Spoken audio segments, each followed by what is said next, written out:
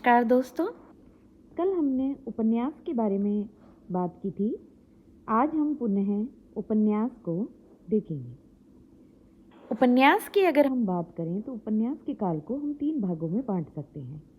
पहला है प्रेमचंद्र पूर्व उपन्यास। प्रारंभ से 1915 तक के उपन्यास को हम प्रेमचंद्र पूर्व उपन्यास के अंदर रखते हैं। 1916 से लेकर 1936 तक जो उपन्यास हैं उन्हें हम प्रेमचंद कालीन उपन्यास में रखते हैं और 1936 के बाद जो उपन्यास हैं उन्हें प्रेमचंदोत्तर उपन्यास के अंदर हम रखते हैं। इस प्रकार उपन्यास को हमने 3 भागों में बांटा है। प्रेमचंद्र पूर्व उपन्यास जो हैं वे उपदेशवादी, सुधारवाद प्रवृत्ति, सामाजिक, ऐतिहासिक व तिलस्मी उपन्यासों की उसमें रचना की गई थी। कुछ जासूसी उपन्यास भी इस समय में लिखे गए जो बहुत अधिक विख्यात हुए। अब हम प्रेमचंद्र पूर्व हिंदी उपन्यास के बारे में जानकारी लेंगे। प्रेमचंद्र पूर्व हिंदी उपन्यासों में जो पहला नाम आता है बालकृष्ण भट्ट। देखिए, ये उपन्यास जो बहुत ही मैं कहूँगी कि इम्पॉर्टेंट और कम मात्रा में है, इनमें से आपको एक भी छोड़ना नहीं है, सब याद रखने हैं। बालकृष्ण भट्ट के द्वारा लिखे गए उपन्यास हैं एक अजान, 100 सुजान, नूतन ब्रह्मचारी तथा रहस्य कथा। ये 3 उपन्यास हैं जो बालकृष्ण भट्ट के हैं।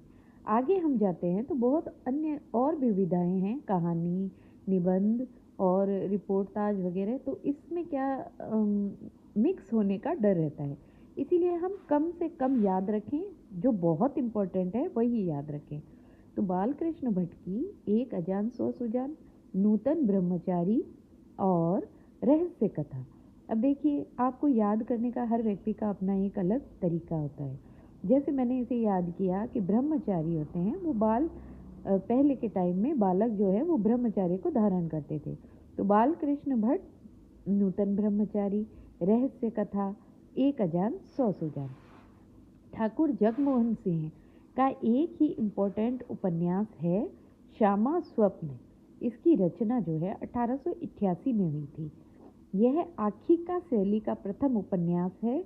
इसमें राधा कृष्ण के प्रेम का चित्रण है जो रीतिकाल से प्रभावित है। उसके पश्चात लज्जाराम मेहता, धूर्त रसिकलाल, स्वतंत्र रमा, परतंत्र लक्ष्मी और बिगड़े का सुधार। राधा कृष्णन दास का निसहाय हिंदू जो गौवध पर आधारित है। बाबू देवकी नंदन खत्री का चंद्रकांता संतति। ये 2 तो आपको याद रह ही जाएंगे क्योंकि बहुत इंपॉर्टेंट है। इसके अलावा काजल की कोठरी, भूतनाथ। ये उपन्यास बाबू देवकी नंदन खत्री ने लिखे थे। ये अय्यारी और तिलिस्मी उपन्यासों के जनक इन्हें माना जाता है। ऐसा माना जाता है कि बहुत सारे हिंदी नहीं जानने वाले लोगों ने चंद्रकांता पढ़ने के लिए हिंदी को जानना शुरू किया था।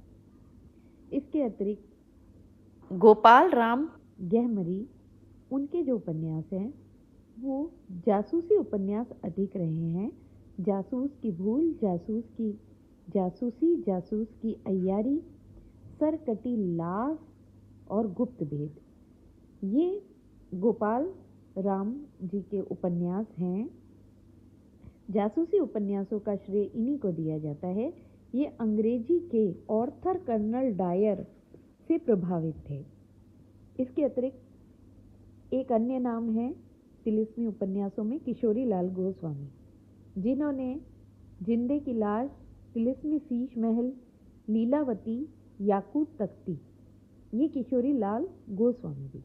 परीक्षा में अचानक से यह इस प्रकार पूछ लिया जाता है कि लीलावती किसका उपन्यास है, तो आपको मेंटली प्रिपेयर रहना है कि लीलावती किशोरी लाल गोस्वामी जी का उपन्यास है। याकूत तख्ती किशोरी लाल गोस्वामी जी का उपन्यास है। जिंदे की लाश और तिलिस्मी शीश महल, सरकटी लाश तो गोपाल राम जी की है और जिंदे की लाश किशोरी लाल जी की। इस प्रकार आप इन्हें याद कीजिए। इसके अलावा किशोरीलाल गोस्वामी जी ऐतिहासिक उपन्यास के जन्मदाता भी माने जाते हैं। इनका पहला ऐतिहासिक उपन्यास हृदयहरिणी, जो हिंदी का प्रथम ऐतिहासिक उपन्यास भी माना जाता है, और इसके अलावा लंगवलता। इसके पश्चात अयोध्या सिंह उपाध्याय हरिओद का ठेठ हिंदी का ठाठ और अधकिला फूल, ये 2 उपन्यास हैं, जिसमें से ठेठ हिंदी का ठाठ 1879 में और अधकिला फूल 1907 में है। हरिओद जी को कवि सम्राट, अयोध्या का शेर भी कहा जाता है। तो ये हमारे प्रेमचंद पूर्व उपन्यास की जानकारी हमने प्राप्त की। अब हम प्रेमचंद कालीन उपन्यासों को जानेंगे।